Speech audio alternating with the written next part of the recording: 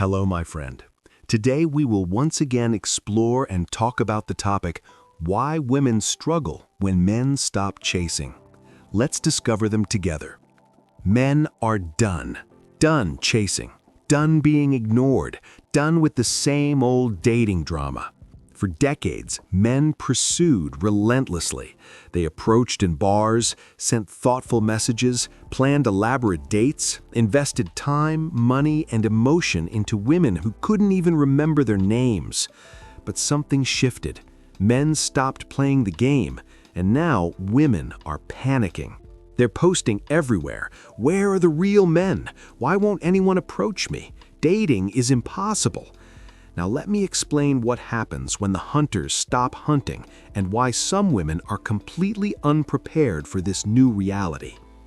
The complaint is everywhere. Modern dating is broken. But here's what's interesting. Men aren't complaining about dating anymore. They're just not dating. They've noticed the contradictory expectations, the impossible standards, the lack of reciprocation, and they've adapted by walking away. No anger, no manifestos, just quiet withdrawal from a game where the rules keep changing and the house always wins. I counsel men who've completely checked out of dating.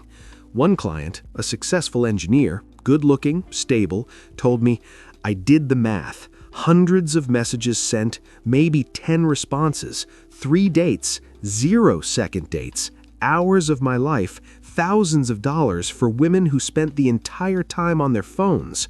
I could learn a language with that time, build a business with that money." So I did. He's fluent in Spanish now, and his side business is thriving. Some women claim men today are weak or incapable of pursuing properly. These weak men are the same ones building companies, maintaining infrastructure, creating technology, protecting communities. The same men called incompetent in dating are performing brain surgery and launching rockets. Maybe, just maybe, they're not incapable. They're unwilling. The perceived weakness isn't weakness at all. It's calculation. Men have become strategic. Why chase someone who's already running towards someone else? Why invest in someone who sees you as option number 7? Why pour energy into a void that gives nothing back? This isn't weakness, it's wisdom. The anger many women express about modern dating often stems from their own past choices. They chose the exciting bad boy over the stable good guy. They picked chemistry over character. They went for tingles over trust. Now, years later, they're frustrated that the good guys they rejected aren't waiting around. Those men moved on, found peace, or found better options. Social media amplifies these complaints exponentially. One woman's bad date becomes universal truth about all men. One person's rejection story becomes evidence that men ain't. The echo chamber reinforces itself until every woman thinks she's experiencing the same thing, when really they're all experiencing the consequences of similar choices. The expectation shifts are particularly amusing to observe. In their 20s, some women reject traditional roles completely. I don't need a man. Split everything 50-50. I'm independent. Fast forward 10 years, why won't men pay for dates? Where are the providers? I want someone who takes care of me. The whiplash is giving men concussions. High standards create a massive mismatch in the dating market. Studies show most women on dating apps compete for the same 10% of men, the other 90% invisible. Then these same women wonder why that top 10% won't commit. Why would they? They have endless options. Meanwhile, the good men who would commit are deemed not exciting enough. A client showed me his dating app statistics once. 5,000 swipes, 50 matches, 5 conversations, 0 dates.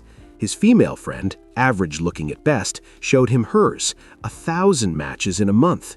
She was complaining about no good men while literally ignoring hundreds of them. The cognitive dissonance is staggering. Emotional connection has become secondary to surface-level attributes. Height, income, jawline, car model. These are the filters. Character, kindness, compatibility, shared values. These are afterthoughts, if thoughts at all. Men who offer emotional depth are friend-zoned, while women chase men who offer emotional unavailability. The approach anxiety isn't about fear anymore. It's about risk assessment. Attractive men approaching women get smiled at. Average men doing the exact same thing get HR complaints. The behavior isn't different. The reception is. So average men learned don't approach. The risk isn't worth the reward. I watched this happen in a coffee shop. Good-looking guy approaches a woman, compliments her book. She lights up. They chat for 20 minutes, exchange numbers. 30 minutes later, average-looking guy approaches different woman. Same opener about her book. She doesn't even look up. I'm not interested. Same approach, different genetics, opposite results. Men are withdrawing from traditional dating spaces entirely. Bars and clubs used to be hunting grounds. Now they're where men go to hang with friends, not meet women. Why? The return on investment is negative. Cover charges, overpriced drinks, rejection after rejection. For the possibility of a conversation with someone who's probably promoting their Instagram, the economics alone make no sense. Spend $200 at a club for a 1% chance of meaningful connection, or stay home, invest that money, and have peace. Men are choosing option B en masse. Clubs are becoming sausage fests not because men aren't interested in women, but because they're interested in keeping their money and dignity. Some women drastically overestimate their influence and value in dating. They expect attention, pursuit, investment, commitment, while offering attitude, games, and ghosts. They want traditional courtship from men while providing modern feminist energy. They want to be chased like princesses while acting like players. The ghosting epidemic taught men valuable lessons. Why write thoughtful messages when she won't respond? Why plan creative dates when she'll cancel last minute? Why develop feelings when she'll disappear without explanation? Men adapted to this behavior by stopping the behaviors that enable it. Hypergamy drives massive amounts of singlehood. Women would rather be alone than date down, while men will date down happily. This creates a mathematical impossibility. If every woman wants a man better than her, and men are willing to date at or below their level, you get lots of single women and lots of ignored men. A female acquaintance, 38, single, complains constantly about no good men. Her requirements: 6 feet tall, 6 figures, 6-pack, wants kids, never married, no baggage, ambitious but available, masculine but sensitive. She's 50 pounds overweight, $40,000 in debt, and has 2 kids from different fathers. The delusion is profound. Men no longer automatically play the pursuer role. The social contract was broken. Men were told pursuing was toxic masculinity, chivalry was sexist, paying for dates was patriarchal. So men stopped. Now those same voices wonder why men don't pursue. Aren't chivalrous, don't pay. You can't have it both ways. The traditional dating script is dead. Men killed it after realizing it was a one-way street. Wine and dine someone who's texting 3 other guys during dinner. Buy flowers for someone who won't even say thank you. Plan romantic gestures for someone who can't put their phone down. No thanks. Some women's struggles with single life are surprisingly practical. It's not loneliness that gets them, it's logistics. Who kills the spider? Who fixes the leak? Who carries the heavy stuff? Who investigates the strange noise at night? Turns out independence is harder when you actually have to be independent. The emotional discomfort comes mainly from comparison, seeing friends get married, have kids, post couple photos. The actual solitude isn't the problem, it's the social perception of solitude. Many single women aren't lonely, they're embarrassed. There's a difference, and it drives behavior in interesting ways. Cultural narratives exacerbate everything. Dating coaches selling how to make him chase you courses, social media influencers preaching never settle, rom-coms showing average women landing billionaires. The programming is so strong that reality can't break through. Both genders are consuming toxic content. Men watching alpha male podcasts telling them women are worthless. Women watching TikToks about how all men are trash. Everyone's angry, everyone's defensive, everyone's playing games instead of being genuine. The content creators profit while lonely people get lonelier. The misalignment of effort is causing massive frustration. Women want attention, validation, and investment. Men want appreciation, reciprocation, and respect. Neither side is getting what they want because neither side is giving what the other wants. It's a standoff, and men are choosing to walk away rather than negotiate. Modern dating emphasizes selective attention to an absurd degree. Women want to be approached, but only by the top men. Men are told to shoot your shot, but only if they're tall enough, rich enough, handsome enough. Everyone else should know their place and stay quiet. But then women wonder why only players approach them. The evolution of dating favors strategic adaptation, and men adapted faster. They realize the old strategies don't work with modern women, so they develop new ones. Don't chase, don't invest early, don't commit without clear benefit. Women are upset because the game changed and nobody told them. I see this with younger men especially. They watch their fathers get divorced, their brothers get cheated on, their friends get used. They learned vicariously. Now they approach dating like a business transaction. What's the ROI? If it's negative, they don't invest. Smart? Yes. Romantic? No. But romance doesn't pay bills or protect assets. Men pulling back isn't cruelty, it's self-preservation. After years of being treated as disposable, worthless, or toxic, men are protecting themselves. They're not refusing to date out of spite. They're refusing to date because dating in its current form is harmful to them. The response from some women has been telling. Instead of asking, "What could we do differently?" it's, "Men are just bitter." Instead of, "How can we meet in the middle?" it's, "Men need to man up."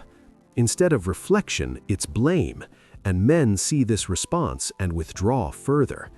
Here's a truth that's hard to swallow.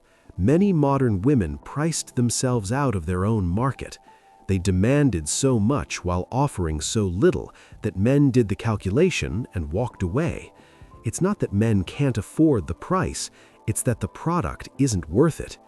The social media effect can't be overstated. Every woman thinks she deserves what the top influencer has. Every woman sees her friend's highlight reel and wants that. Every woman watches romantic TikToks and expects that energy. But they don't see the work, luck, or selection bias behind those stories. Male attention was taken for granted for so long that its absence is shocking.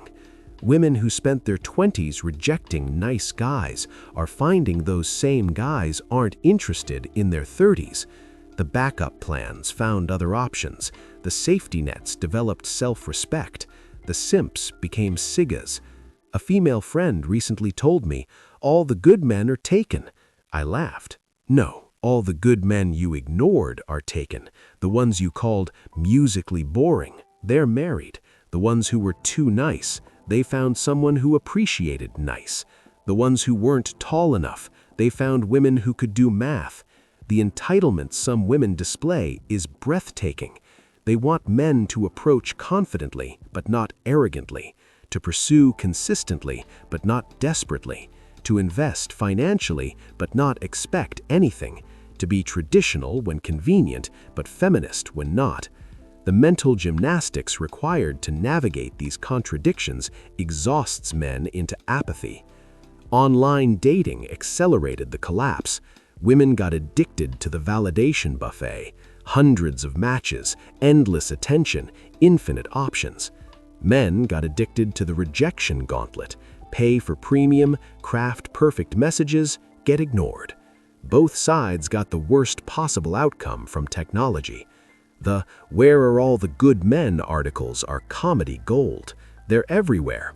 They're at home, at work, at the gym, living their lives. They're just not approaching you. They're not in your DMs. They're not buying you drinks because they learned that good men get punished in modern dating, while bad boys get rewarded. Some women are starting to understand, but it might be too late.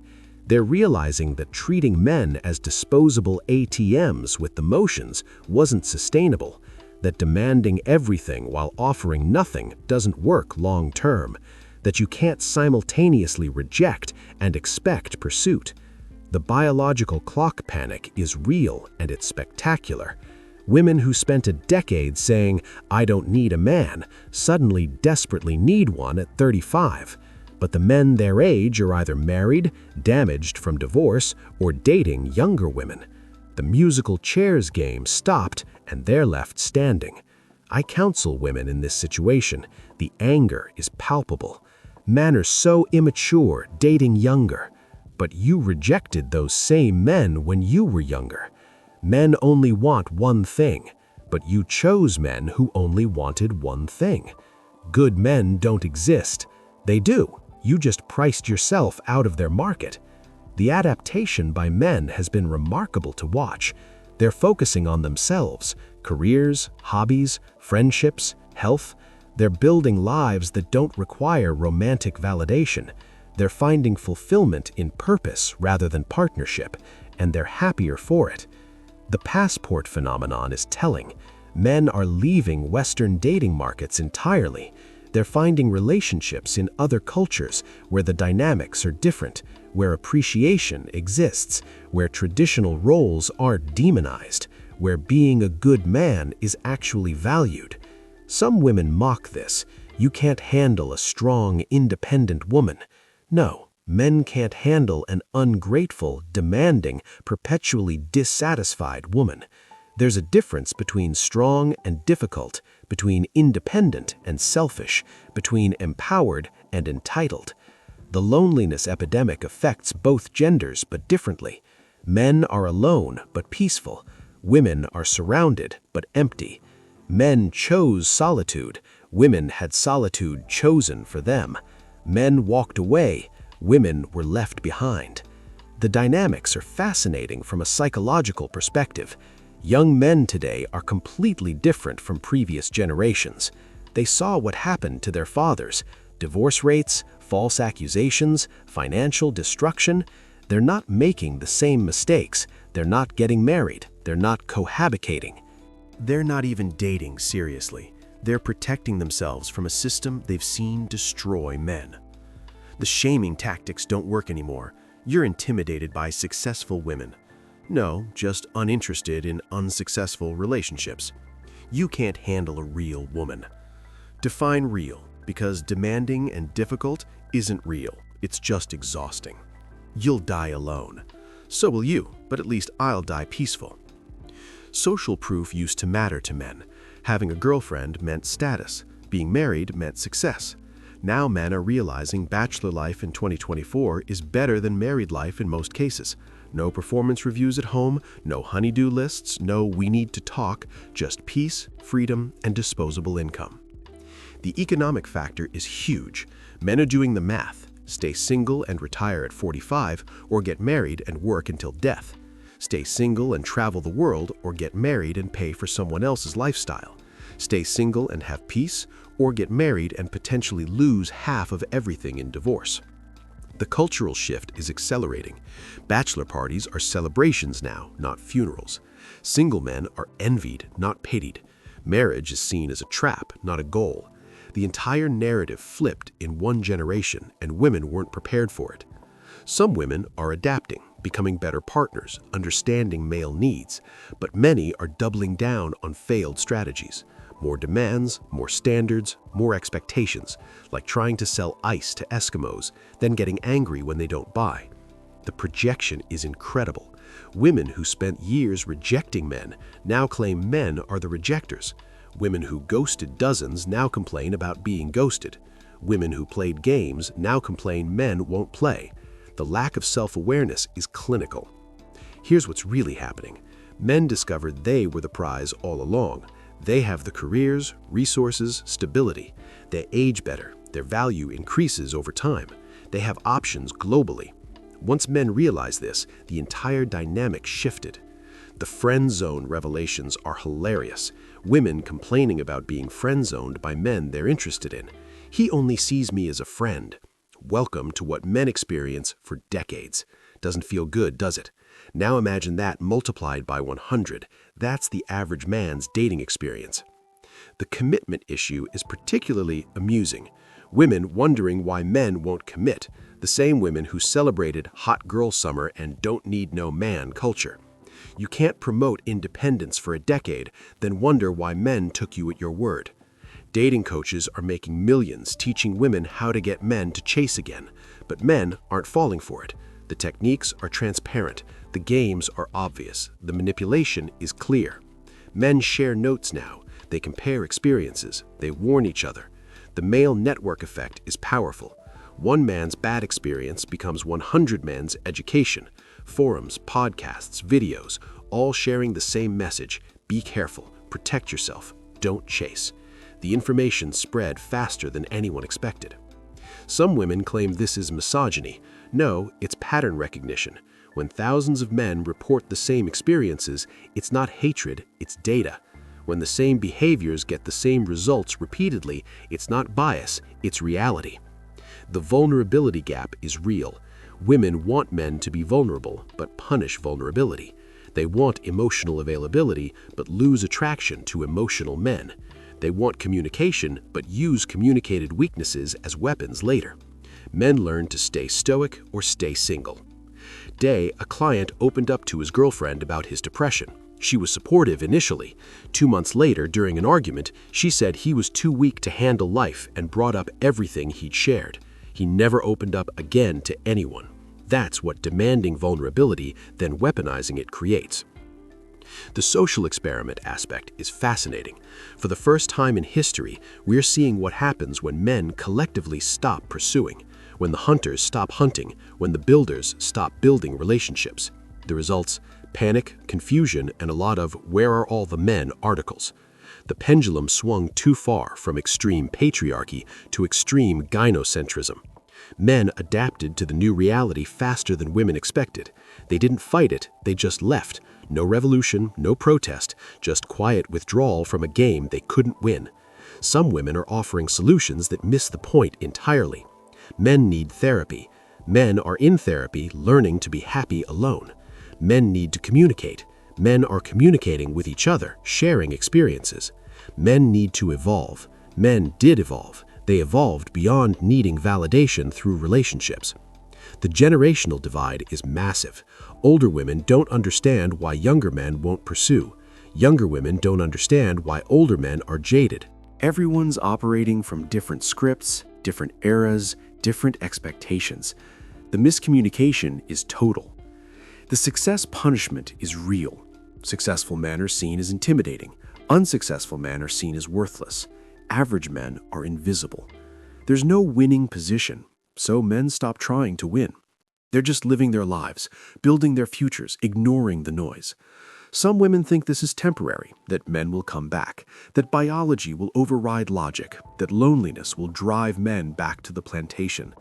But every year, more men discover peace and solitude.